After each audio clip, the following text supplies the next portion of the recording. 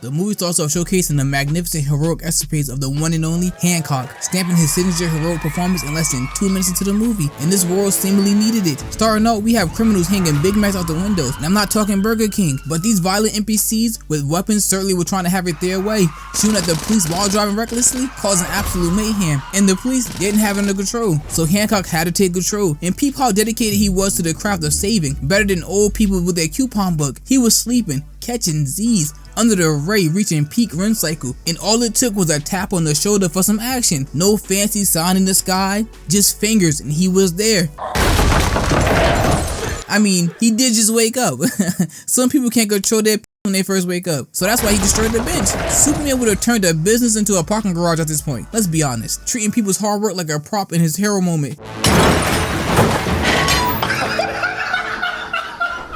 Never mind, I take back what I said. This man's a menace. Off rip, he did more damage to the police than the thugs with guns did. He turned this sign into a sign that maybe he should just sit out on the crime fighting field. Also, almost gave this officer a tip fade with metal. If I was an officer, the moment I saw Hancock in the sky, my sirens are off, and I'm heading back to the office. Everybody's in danger, including us. Hancock treated the criminal car like a can of tuna and peeled back the top, then took his seat like property damage makes him tired. And off rip, the NPC started calling the superpower lunatic random black people names. Soldier Boy? Why Soldier Boy? I could understand Ice Cube because the way he sat down in the car after destroying it was cold until he turned it freaky. Your head is going up the driver's ass. Man was a hero, but he had dreams of bigger things like completing a human centipede sculpture, and he acted like he had to have a head in his ass, like there was no way around it.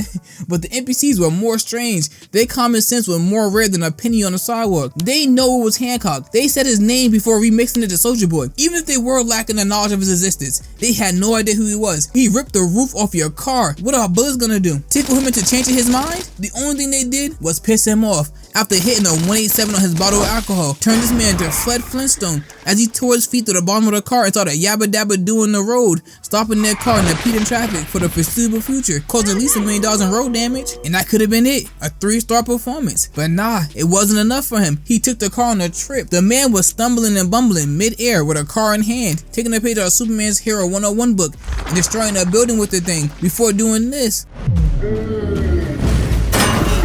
Now how are the police gonna get the criminals? That nigga's gonna die in that car.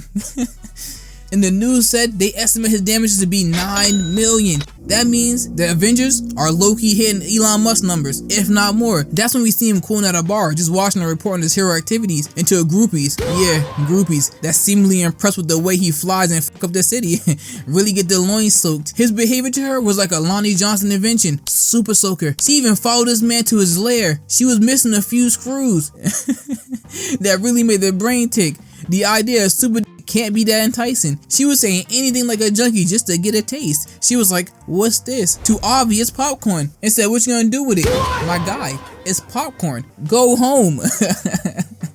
Like, what's going on? Anyway, we move on in the movie and we meet Ray Embry, a PR consultant, who upon entering the screen, launched a stinker of a pitch that the execs did not wish to catch. Man was out there tossing out ass in the form of words that reeked of a bad idea. He told the rich to give medicine to the needy for free. No.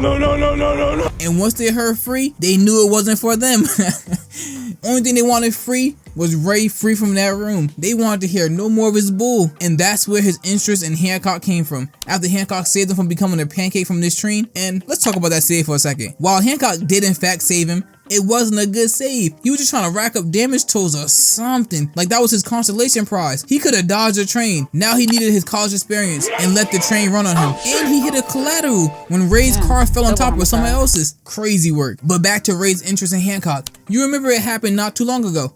Ray was pitching like a person with no arms at an MLB opener. It was going nowhere, and he saw Hancock as a walking advertisement for his logo. If only he can make him a more approachable, real hero. But that's also when we get introduced to a former snow bunny. No longer, she went back to her roots, Ray's wife, and a plot twist for later in the movie, Mary Embry. You would think she had a disinterest in sharing a meal with, you know, Super Nigga.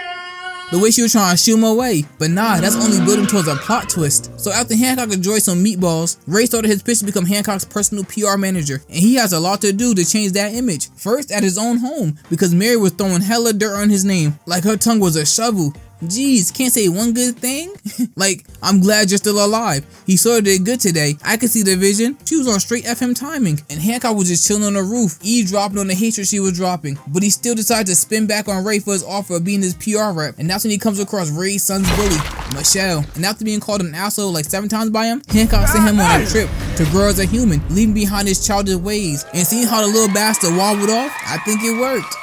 Good job, Hancock. I'll give you a clap for that. But that leads to Ray trying to work on Hancock's image. But that was briefly put on hold as Ray's wife came home and turns on the news. And Hancock has a warrant for his arrest. And the news anchor is even more laughable. You're not nearly as strong as the U.S. Constitution. Unless that Constitution was written by the Blood King, Trick himself from Lost Girl with his blood, that Constitution is not stronger than a man that could use bullets and nothing more than hot rocks during a massage. And Trains is nothing more than metal fingers getting knots on his neck. She was peppering her grandiose speech with seasoned rage because she knew she was not going to be the one standing face to face with Hancock. Nah, her job was done the moment the floor director yells, "Cut." Her hands were clean with it. But here comes Ray and his PR master plan. He wants Hancock to allow himself to be arrested so that the world will come to miss him and need him. Nah, I'm good on that. Hancock like me for real. He didn't agree. The moment Ray brought up the DA trying to arrest him, Try. but eventually for plot, Hancock went along with the plan and allowed himself to be arrested after a brief press conference. And I don't know, everybody in this movie seemed to be getting dumber and dumber because he was locked up with some dumbass NPCs. And I mean like the bottom of the barrel dumb. Like I get, like they dumb enough to get caught, but this is a different level of stupidity. On his first day there,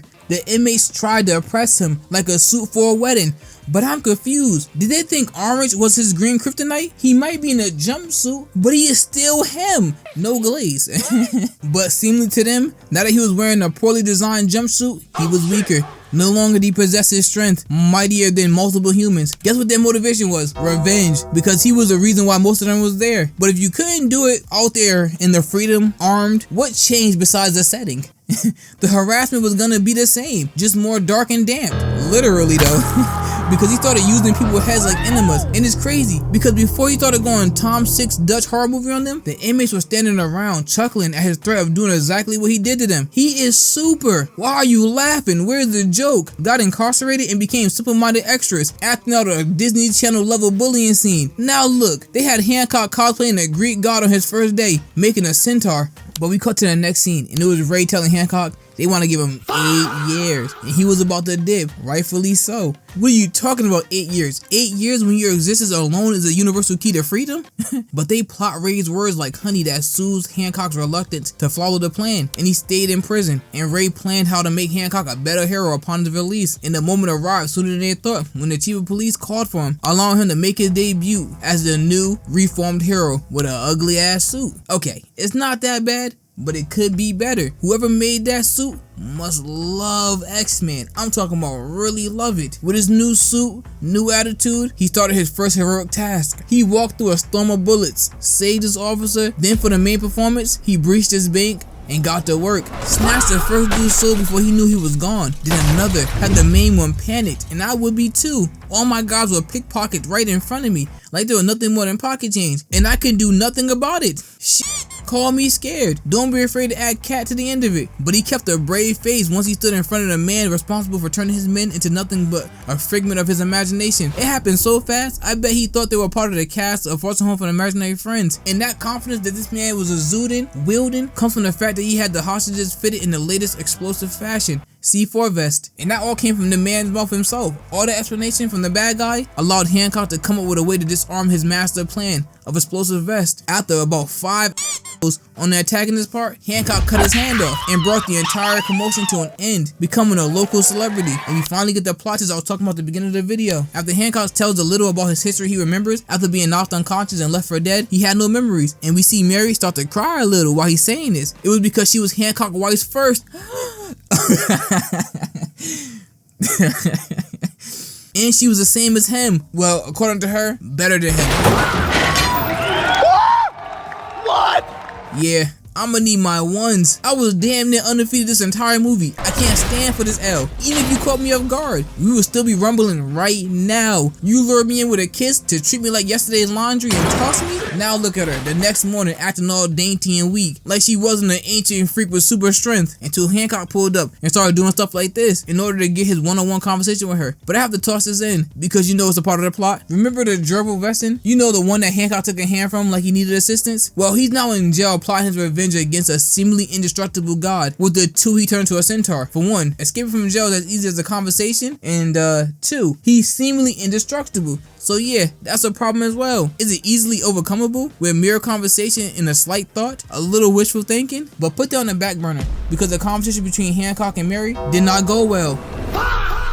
She started tweaking out once he called her crazy and hit this man with a 16-wheeler. Yeah, that showed him no one crazy would ever use a 16-wheeler as a weapon. But then God started to get involved or something, I don't know. Because where did the twisters come from? They just started dropping from the sky, and Hancock and Mary just kept fighting. But the only purpose of the fight was destroying stuff, making up for the lack of destruction from Hancock after Ray intervention, until they crash landed in front of Ray's place of business, leading to us finding out that she was married to Hancock. But I already told you, you know what I'm saying? You're welcome. But she chose to love Ray, but plot. She is immortal, Ray is not. He's gonna get old and kick the bucket. She is not. And she made it sound like Hancock was a sick puppy pining for her affection. She wanted none of the advancements from him. According to her, she was merely a victim to their being, a puppet to their nature. She likes her meat on the lighter side. She was not a fan of the darker the berry, the sweeter the juice. In fact, just cream is fine for her. But that conversation caused her to storm away. A very productive conversation. In the plot, of course, continue racing with Hancock heading to the store where we get an update on the gerbil and his prison escape. But he really talked his way into escaping from prison that easily. It's not like he was whispering, he was talking about it in the middle of the prison, hosting his own very TED Talk.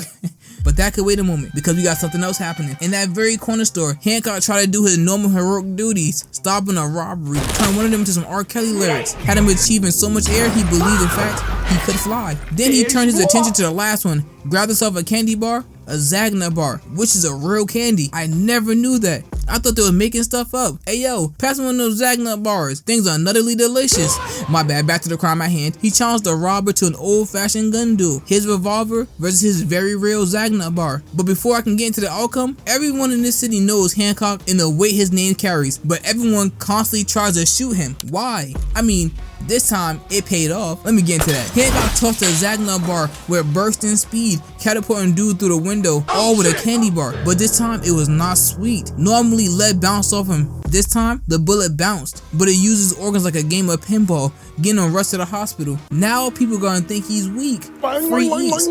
Oh man, you telling me the entire time his one weakness was revolvers? The news reporters were outside the hospital questioning his gangster. Like, he still got it. It's just chasing the snow got him a little weak. But the plot was not gonna let him rest, because why are you broadcasting the location of a man with many ops? We have to let information that catastrophic stew briefly. Let him leave the hospital first. Nah, it was like TMZ. They did not give a f if you didn't know your family member was shot or dead. They had to tell it first. We come inside the hospital and see Mary just in there reminiscing with the now wounded Hancock. And boy, was he getting messed up being with her.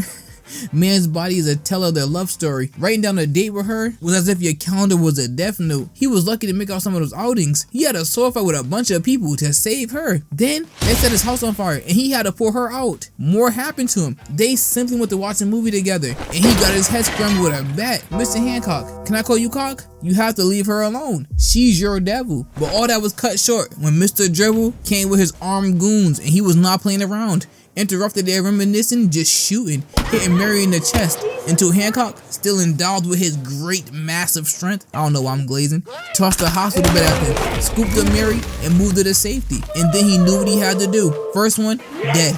Simple as that. Hancock grabbed him and tossed his ass out the window. What did you think was gonna happen messing with a superpowered god? And he was moving like he was still bulletproof, just walking through a storm of bullets like it was rain. I mean, they did have the aim inspired by stormtroopers, but it's still dangerous. He picked up a wheelchair and aided mobility and turned it into an instrument to take away one's mobility. Hummed it like a fastball on a second strike. He was trying to get them out of there. No more holding back. Gave Ray and his son some cover in the form of a vending machine. Then turned that man back into a plate of chicken bones after a mukbang. That was a finger-looking ass whooping. Grabbed another one and ran his head through whatever this was, damn near coding CT into his brain. he was far from done. Grabbed the big one and made him stand in the corner, back first. And Beanie, look at Beanie with this devious smile. He put at least 5 inches inside Hancock's back, and the NPC was gonna make a name for himself. He found momentum, and he was not gonna lose it. Bashed Hancock in the face with this thing 2, no, 3 times, all the while. Mary, please shut the hell up. Imagine getting your ass beat and all you hear is the wailing of a banshee. That's not helping. If Hancock can take 5 inches of hard steel while stifling his scream, you can do the same. But things got explosive as Big Dude tossed his metal tube at Hancock and blew him back with his explosion, giving us a scene change. And he was still on Hancock's ass. Picked him up, pinned him to the wall, choking the life out of him until he lived up to his name and put some handles on lifted Big Dude overhead and yeeted him out the window like that was empty, referring to his brain. Because if I piece of Hancock, I would flee the hospital like, why they be down the boy? Tell him it's part of the plan. I achieved my victory. I put hands on Hancock's body and he couldn't stop me. That's my dub. I'm telling that tale for many years to come. But Hancock still couldn't falter because the main antagonist, the gerbil himself, started treating Hancock's body like a lead pencil from Bic. All the while, Mary was flatlining. The plan of the gerbil worked, or pure happenstance. He was gonna kill Hancock, but success was coming regardless. He was just about to kill Hancock. Mission accomplished level behavior until Ray came in and saved him, cutting the gerbil's other hand off, leaving him handless, and smacked him in the chest like a Big Show chop with an axe. But the save came too late. It all seemed lost. Both of them now were deceased. Or were they? All you hear is a silent beat. Now you couldn't hear that heartbeat. I was trying to make it more dramatic. He got back up, using his last strength, and started getting distance from Mary to save both of their lives. Body full of lead, but he was still leaping as if he was light as a balloon. But remember early in the movie I told him she can't escape from her nature? Apparently he can't, saving her ass. We flash forward a month and Ray gets the girl and Hancock gets to save people for free. Nah, they scanned my man. He gets nothing? And he sketched Ray's logo on the moon for him? I guess. The life of a hero. Loveless. He shouldn't end up with Mary. That's a no-go. But they couldn't bring him in somebody else? There's no Muse in this verse? He can't get Storm? Storm's out the picture? If you enjoyed the video, thanks for watching. Until next time, take care.